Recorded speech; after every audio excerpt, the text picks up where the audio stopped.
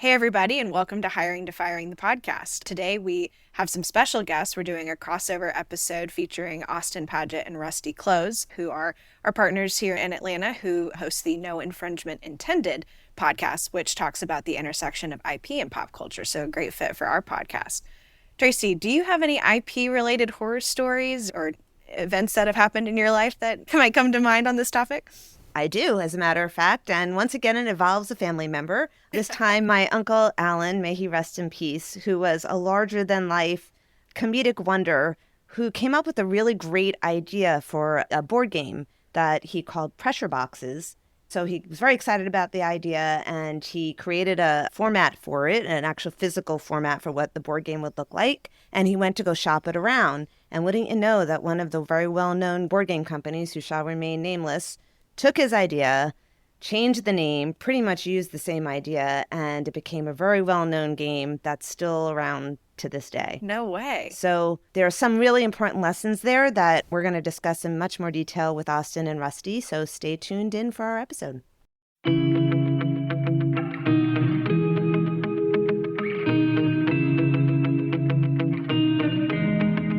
Welcome to Hiring to Firing, the podcast. I'm here with my co-host and partner, Emily Schifter. Together, we tackle all employment issues from hiring to firing. Today, our guests are our partners, Austin Padgett and Rusty Close. Austin and Rusty are my down-the-hall neighbors here in Atlanta, and they both focus their practice on intellectual property law. In their spare time, they co-host the fascinating and highly entertaining podcast, No Infringement Intended, which covers the intersection of IP and pop culture. Welcome, Rusty and Austin. We're excited to have you here. Why don't you tell us a little bit about your practices and about your podcast? Sure. Thanks for having us. No Infringement Intended is an IP podcast that really talks about things like, why did Taylor Swift re-record her albums? Why did the WWF change the WWE? Some of the things are dated. We go back to the early 1900s in a recent episode on recordings and things like that. But it's really kind of going at what's happening in real life and how does intellectual property intersect with that. The burning questions that we all have. That's right. If you have any, we're happy to take requests. Well, at first blush, it might seem like IP, intellectual property, and employment law wouldn't really have a lot in common. But we actually overlap quite a bit. After all, a company's intellectual property is created by its people. Everything always goes back to the people. As some background for our listeners who don't deal in this area every day, what are the various kinds of intellectual property and how do they differ? There's really three big ones that we think about: copyrights, trademarks, and patents. But in the employment space and in general, we also have this idea of trade secrets that's pretty important. Patents, I'd say, just broadly protects ideas, and trademarks broadly protects brands, and copyrights protect, works that are in a fixed medium. I think that's about as broad as we can put it. I think we'll touch on several of these things today. So just like Austin and Rusty do on their podcast, we always have a pop culture tie-in here on Hiring to Firing. And we're also going a little bit back in time here today using the 2010 movie, The Social Network, which, if you're not familiar, tells the story of the creation of Facebook. Starring Jesse Eisenberg as Mark Zuckerberg, the firm tells a somewhat fictionalized version of the story of how Facebook was founded and created and some of the subsequent legal battles after it became a big success. In our first clip, we will hear about the dispute between Mark Zuckerberg and the Winklevoss twins, Cameron and Tyler. In the movie and real life, the twins, who were college students with Zuckerberg at the time, claimed that he stole their idea for a social networking site that they called Harvard Connection in order to create Facebook. And they start by lodging a complaint about this with the university's administration. Let's take a listen. Good morning. Good morning, sir. I'm Cameron Winklevoss, and this is my brother, Tyler. And you're here because either of you can answer. Oh, I'm sorry, sir. I thought you were reading the letter. I've read the letter. Well, we came up with an idea for a website called Harvard Connection. We've since changed the name to Connect to You. And Mark Zuckerberg stole that idea. I understand. And I'm asking what you want me to do about it. Well, sir, in the Harvard Student Handbook, which is distributed to each freshman, under the heading Standards of Conduct in the Harvard Community, it says the college expects all students to be honest and forthcoming in their dealings with members in this community. Students are required to respect public and private ownership, and instances of theft, misappropriation, And, yes, sir. Punch me in the face. Go ahead. So the university president is incredulous here that the twins were attempting to rely on a college code of conduct to protect their intellectual property. He later even tells them that the code of ethics they enter into was with the university and not each other.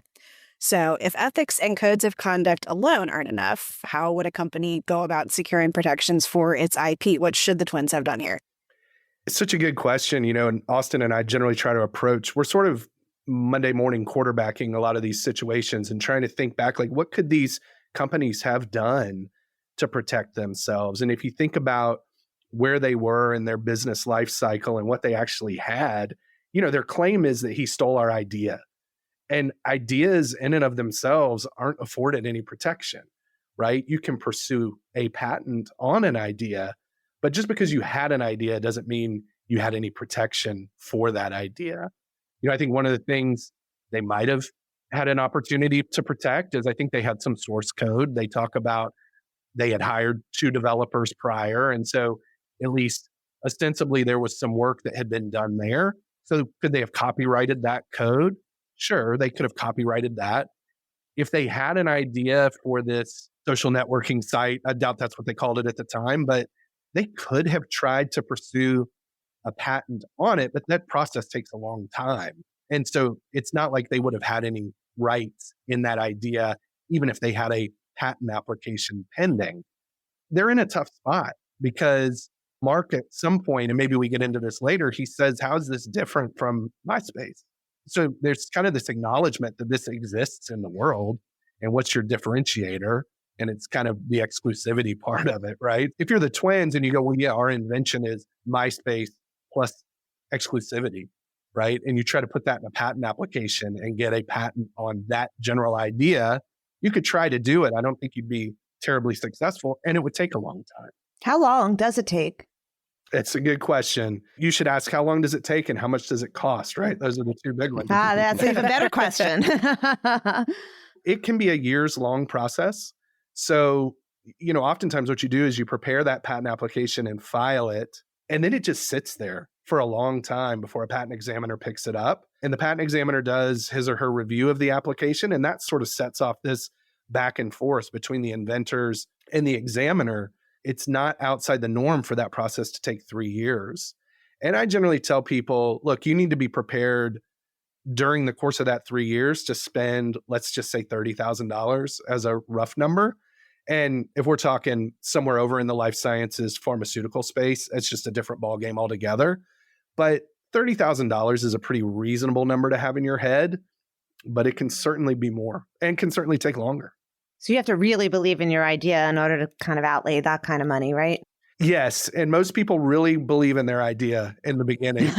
And which is a good thing, I guess. Right. And 24 months on, when they're only realizing now that the patent examiner is picking up their application, they don't always believe in it as much anymore. And they're usually pretty frustrated at that point that, wait a minute, we've already spent $20,000 and now the process is just really starting. They kind of hear that 30,000, but it doesn't always sink in that this is going to go on for a while.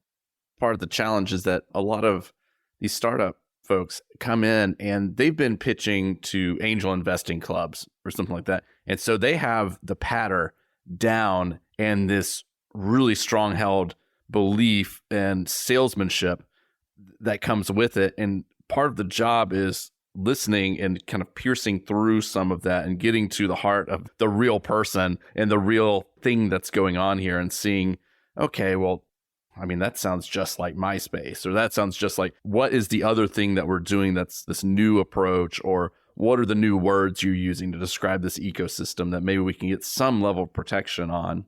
It's one of those things where it's really helpful if the client has taken some time and put down thoughts on paper so that there's some level of preparation before you walk in and get the investment pitch. The other big challenge, this doesn't really play out in the movie, but it does play out in reality, is at this early stage, the inventors, the founders, they have an idea of what their product is. And so you write a patent application that covers that invention at that point in time. And now these things are progressing on two different tracks. You've got the business that's going one direction and evolving and pivoting and, doing all kinds of things. And you got a patent application that's not matching that course, right? It's just as you wrote it, fixed in time, and you can't change it and you can't edit it and you can't revise it to match your business. So by the time it eventually gets picked up at the patent office, your business may have pivoted 15 times and not even match what you started with. There's some frustration that goes along with that as well, because the inventors are going, but that's not what we're doing anymore. And it's go, well, that's part of how it works, So bringing it back to the movie for a sec, the Winklevoss twins eventually hire legal counsel who send a cease and desist letter to Zuckerberg. In our next clip, Zuckerberg discusses the cease and desist letter with his friend at the time and co-founder Eduardo Saverin. Let's take a listen. Mark, what is this? What? This. It's called a cease and desist letter. What were their names? Who? The girls. When did you get this? About 10 days ago, right after we launched the site. Jesus Christ. Hey, the girls, what were their names? They're saying the Winklevoss twins are saying that you stole their idea. I find that to be a little more than mildly annoying. Oh, well, they find it to be intellectual property theft. Look, why didn't you show this to me? It was addressed to me. They're saying that we stole the Facebook from Divya Narendra and the Winklevoss. I know what it says. Did we? Did we what? Don't screw around with me now. Look at me. The letter says we could face legal action. No, it says I could face legal action. This is from a lawyer, Mark. They must feel they have some grounds. The lawyer is their father's house counsel. Do they have grounds? The grounds are our thing is cool and popular and Harvard connection is lame. Wardo, I didn't use any of their code. I promise. I didn't use anything. Look, a guy who builds a nice chair doesn't owe money to everyone who ever has built a chair, okay? They came to me with an idea. I had a better one. Why didn't you show me this letter? I didn't think it was a big deal. Guys, what do you think about Mark's comment that a guy who builds a really nice chair doesn't owe money to everyone who has ever built a chair? It's a little oversimplification, but I think he's right. From my perspective, they had an idea. Again, they had no legal protection in that idea, just in the universe as it existed. And we can talk about ways that they might have gone outside the IP world to protect themselves. But as far as we know from the movie, they didn't do those things. And I think Mark's point is well-founded, right? I mean, MySpace already existed. You built your idea of exclusivity and using this harvard.edu email as the gatekeeper. That's great, but what is it? That and $3 gets you a cup of coffee. Is it only $3 these days, Rusty? I don't know. Well, if you're just going brewed black coffee, I think you're still safe for $3. Maybe a small for $3. So I think he has a point there. It's not that simple. I mean, we find out later he does pay them a decent amount of money, but I don't think that's an acknowledgement that he stole anything. I think that was more an acknowledgement. It's a business decision, right? It's the quickest way to make this go away. So the realities of litigation. Yeah. I don't know, Austin, do you have a different view? I mean, the characters are talking on two different planes, right? The Winklevoss, one of the twins, 6'5", 220, and there's two of me, says, you stole our idea. Mark comes back and says, do you see any of your code in my code? They're talking past each other because they have different concepts. The movie brings us out when they're in Larry Summers' office, where these guys are like, we're Harvard men. This is wrong. You know what is right, and we know what is wrong. That's a tough position to be in when you weigh up against what's required under intellectual property law. I mean, one thing we always come up with on the copyright side is generally you need to convey a copyright. You need a signed writing. And just in a lot of these types of things, and we'll talk about this as this goes on, you don't have a lot of signed writings in a lot of this stuff. It's, hey, come over to the bicycle room of our club and we'll tell you about an idea and, you'll say you're in and that kind of thing. It kind of isn't a pretty fair portrayal of the way a lot of these things go down. And then 2 years down the line, everyone has money for attorneys now and we're looking for basic documents and there are none. That's one of the things that struck me is how the characters were talking past each other. And I think Mark's more versed by his attorneys of what is required to meet the elements of a claim here. And the Winklevoss twins and their attorneys are like, this does not feel right. It's not fair. Yeah. But, for every client that says it's not fair, they get a big legal bill, right? Unfortunately, because the not fair doesn't always win. Yeah. My kids say it all the time and I send them invoices. So one of the things that struck me is Winklevoss twins were actually kind of taking advantage of Zuckerberg in the beginning. And there was this arrogance about hiring him sort of as their minion, thinking, and they clearly grossly underestimated him. So that brings us back to our world, right, of employment law. So what should or could the Winklevoss twins have done when they hired Zuckerberg as their first and only employee, or leaving aside the fact that they didn't have other employees? Just the Winklevoss twins were going to do it right from the beginning. What should they have done with regard to bringing Zuckerberg on to ensure the protection of their idea? Did they hire him would be a question I'd have for you guys. I mean, we don't have any. Was he getting a W-2 from these guys, or was it just sort of a loose arrangement of, yeah, we'll work together? And I think we see that a lot. We do a lot with early stage companies and startups. And it's sort of these loose arrangements and handshake deals and all of these things. And you find yourself in these same positions.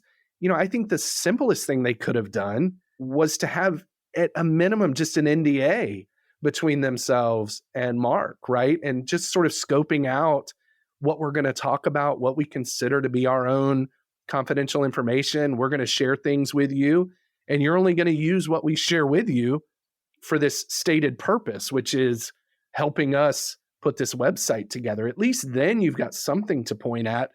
But like Austin and I, usually, the conclusion we always come to in our podcast seems to be they should have just used contracts, right? You can't just rely on sort of these default intellectual property rights. You got to get something down on paper. And I think you guys would say the same, right? I mean, I think you're encouraging, hey, look, I know it seems early in your life as a company, but you got to formalize some stuff. And it might feel like overkill, but you can save yourself a lot of heartache later on. And that's really true whether they were going in it together or they were going in it with, we're hiring you as an employee at X dollars an hour to do this for us. I mean, maybe the document looks a little bit different, but the fact that you should be documenting the relationship during the get-go, on the get-go, at the beginning. From the get-go? That's a super important concept. Yeah, Rusty and I have another podcast outside of the firm where we do relationship advice. It's kind of like Terry Real meets Esther Perel meets the Gottmans. It's really well done. Emily, we need to be guests. Yes. 100%. Yeah, we'll bring you on. We'll go through these Netflix shows and things like that and talk about what they could have done better. But I often talk to my clients, particularly when they're early stage, it's kind of like the prenup. Let's figure this out while everyone loves each other. Then at least we know what happens. When the day comes, because it will come, we can at least feel pretty good about knowing what's going to happen when either we're selling the company and everything's going great and we got to split up the money and figure out who goes where, or if just things fall, the wheels fall off the wagon, success or defeat. We've got to figure this out, and it'd be better to do it now because at least from a high level, we know that something's going to happen. We see that a lot. So let's say the Winklevoss twins were hiring Zuckerberg for the purpose of this next question, and it was an employment relationship that's been, figured out. It's well documented. Were there any protections for the twins' company at that point? Because Zuckerberg, in my hypothetical, was clearly doing the work as part of his employment relationship? From a copyright perspective, like the copyright in the code, if he was truly an employee, you go with a second restatement of agency, I think it's, he's using the company computers, he's getting paid, this is within the scope of employment, it would be a work made for hire. And so what happens is that's a magical term in copyright because the work itself actually, the copyright and actually vests in the company rather than the employee. As a general rule in copyright, whoever creates the thing owns the thing. This is the big exception, probably the biggest one we have, is that except in these types of limited situations, employment and a few others, that the person never owns it.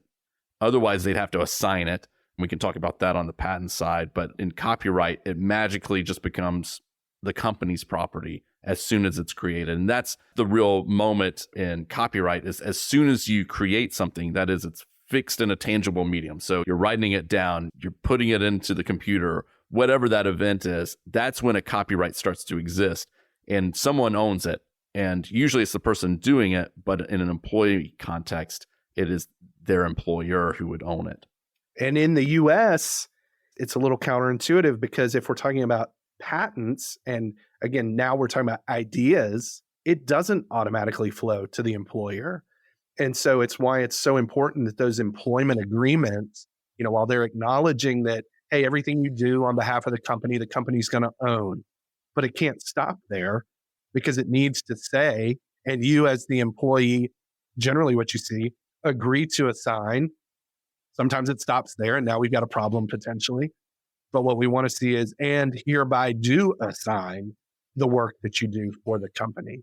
So again, it comes back to the contracts, right? It's not the defaults. It's just such a lesson that we see over and over. Don't rely on defaults. Don't think that the universe is just going to work itself out and you're going to get what you think is fair out of it.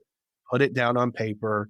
There's really some simple things you can do, but that assignment would be a key part of it. Though in this case, I'm not sure there's any evidence he ever did any actual work for them, right? They keep kind of going back to this idea of where's the code? Where's the code? Where's the code? And I don't know if he was, yeah, I'm working on it, but he was actually working on his own thing.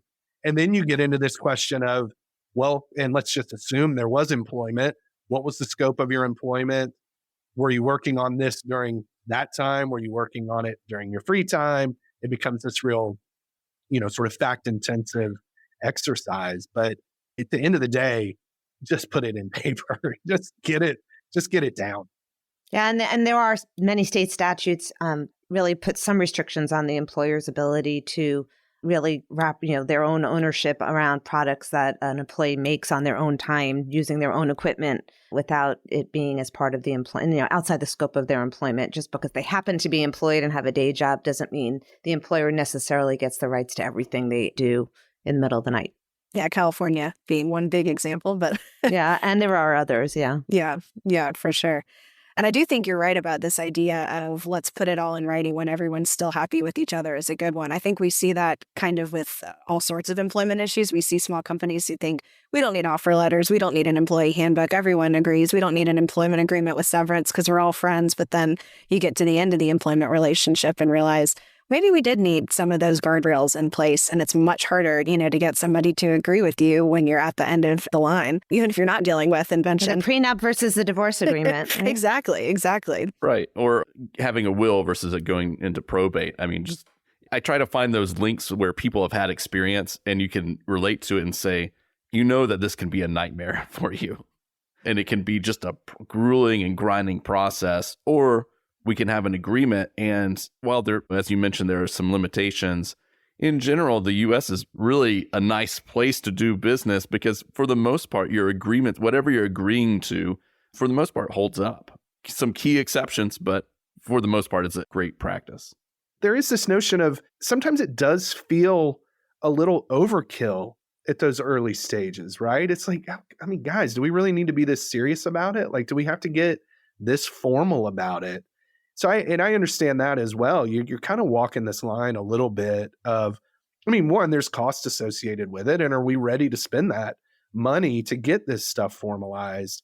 I think I don't know that I'd say shortcuts, but there's ways to do it that it doesn't end up being overkill, but you still get enough of a framework together that if the issues come up, there's something to point back to. So you mentioned trade secrets before, and that's something that we see in our world too. How does that fit in with IP? Obviously, a little bit less of a formal process. You're not filing for a trade secret protection the way that you would be a patent. How do you guys see that get interplayed?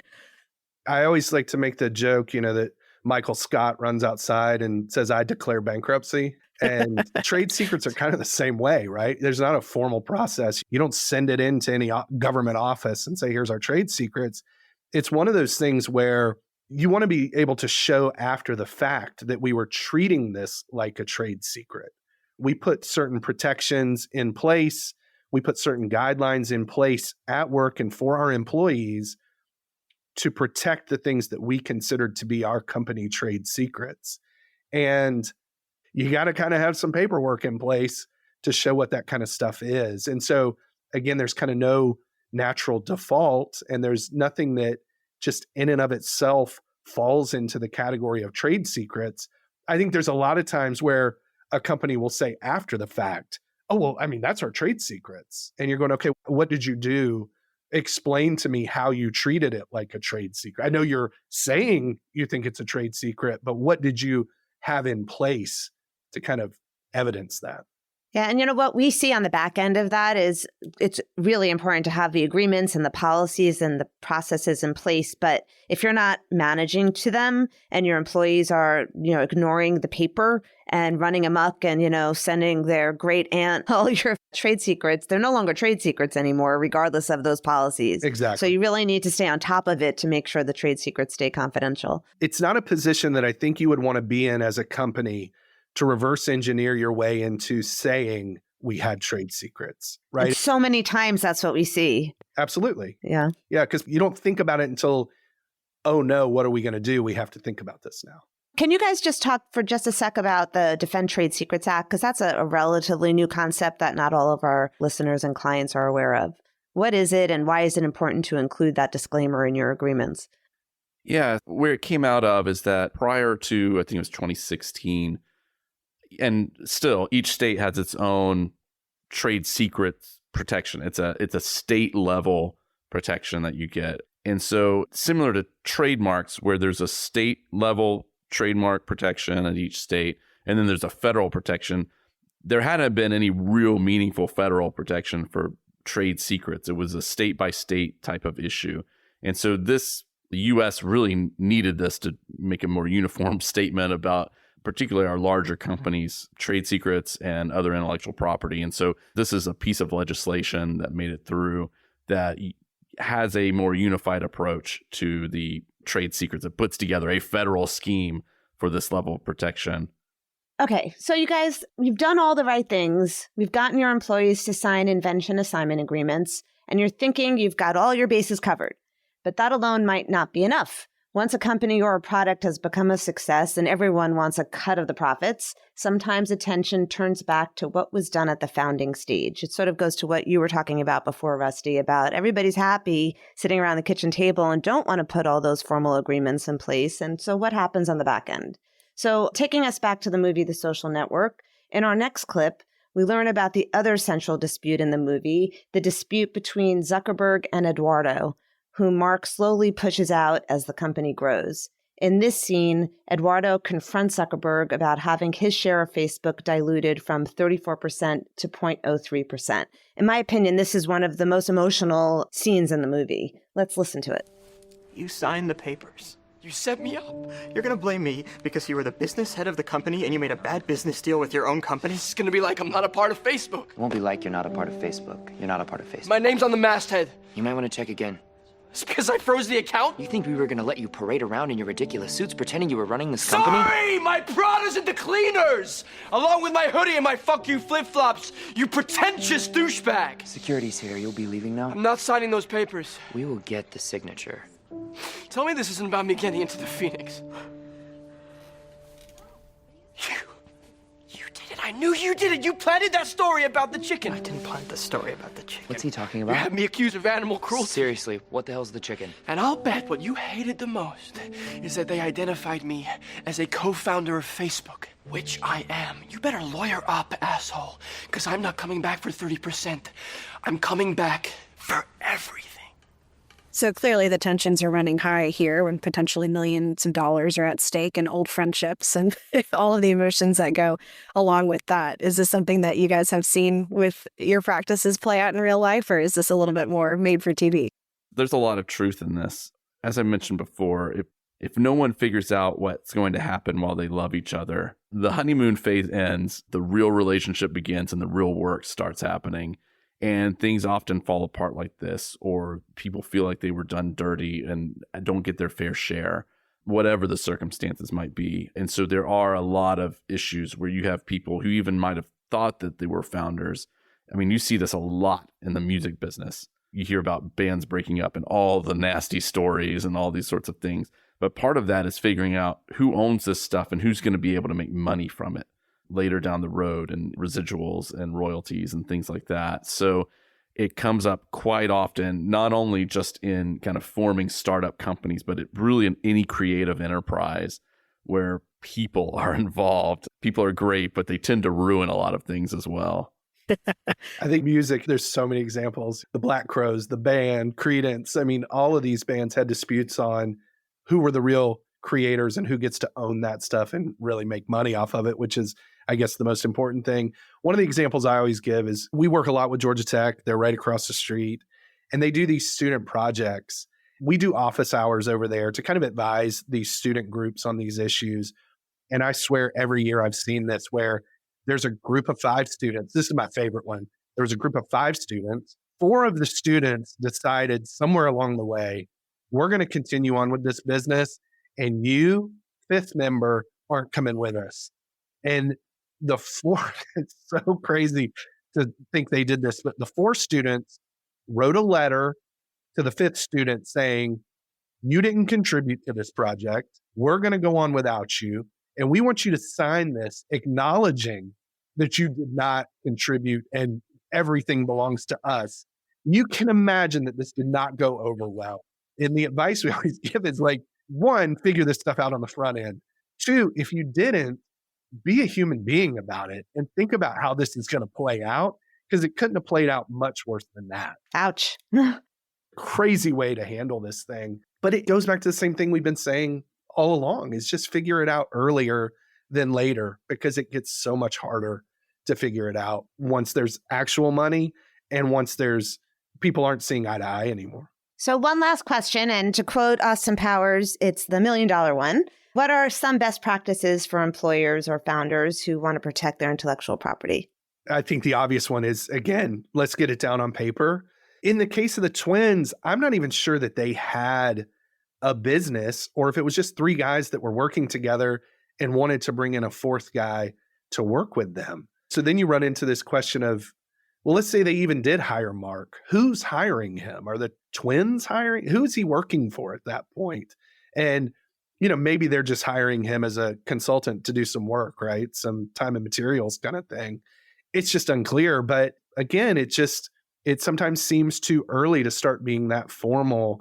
But I think you really have to approach it that way and make sure you've got the proper assignment language in place. In terms of trying to protect your IP, I think that's the best starting point. I don't think you need to immediately go into, and we've got to file patent applications and we got to file stuff with the Copyright Office and do these things. Those might be steps that make sense at some point, but it doesn't always make sense that early on for all the reasons we've talked about, not the least of which is you just don't know where the business is going. And it's really hard to try to protect it formally, like from a patent perspective that early on. I don't know, Austin, what do you think other than get it down on paper, get your prenup in place? Yeah, I mean, beyond that, when we have kind of early startup or companies that come in early in their life cycle, I like to just ask them, hey, imagine the next 5 years going swimmingly.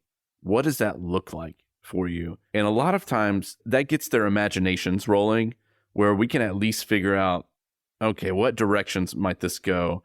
And also in the back of my mind and the heinous law school education that's gone through, I'm just imagining these people doing the worst things to one another on subhuman level. Just, how is this going to go awry? So I can think through, okay, we need to make sure there's an entity, first of all. That's probably one of those things of like, is there an entity? Because who can own this stuff rather than these 2 people trying to share? Let's bring a 3rd person in, even if it's kind of a fictional person through an entity, and give everything there. And then we'll have a corporate attorney set out a contract or an agreement or bylaws, those sorts of things of how this is going to operate. But if I can get them thinking 5 years in advance, that's about the stretch of what I don't practice patents like Rusty. And so copyrights and trademarks, that's about the extent of how long I can think out with the company and really get them some protection where I've got that amount of runway. And so I can find, if they think, okay, we have this AI bot and does this little thing, and I'm like, okay, what else? If it goes well, what else could you imagine doing there? Well, we could do this in these industries. And so I'm like, well, I can file a trademark application to cover all that. If we don't get to it, we just don't get to it, and we can drop that stuff off later. But at least for now, we can plant a flag. And I know Rusty and his team do the same thing, where even with the clients, they're trying to help them think past just that moment and the urgency of what they view as their invention, thinking through how can we get the broadest claims in possible so that we can have something down the road that might be even more valuable than it would be to you if we got it today. And so the timing aspect of all of this is a challenge. And also I try to think through, and Rusty and I do this together sometimes, to think through the waves. Okay, if we can get through the first year and this product actually makes money or is close to making money, that's probably when we need to start thinking about really spending some money on the IP and putting a budget together and those sorts of things. In the meantime, we'll scrape together, we'll file a copyright because it's relatively cheap. We'll file a trademark because we need to have the name locked down.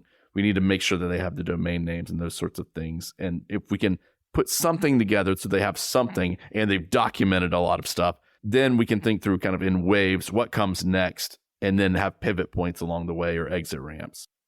And a lot of times what I think we're telling people is take a step back and think less about the law and think more as a business person, right? And let's focus on because a lot of times your best advantage is in your head start. It's in having a product that's better than what else is out there. Facebook's a good example, right? I mean, Facebook and MySpace lived in the same world and plenty of people used MySpace, and Facebook ultimately won out. It's about having something that people want, and you don't need a patent to explain why Facebook is different from MySpace, right? MySpace already existed, and it was just build a better version of it that people like more. It's got better features. It's got all that stuff. Your advantage can be there, and as opposed to we've got our patents to fall back on. Sometimes they're really valuable. In the pharmaceutical world, extraordinarily valuable. But in the, software space, it's not always the IP that's going to define you. It's all the other stuff that goes along with it.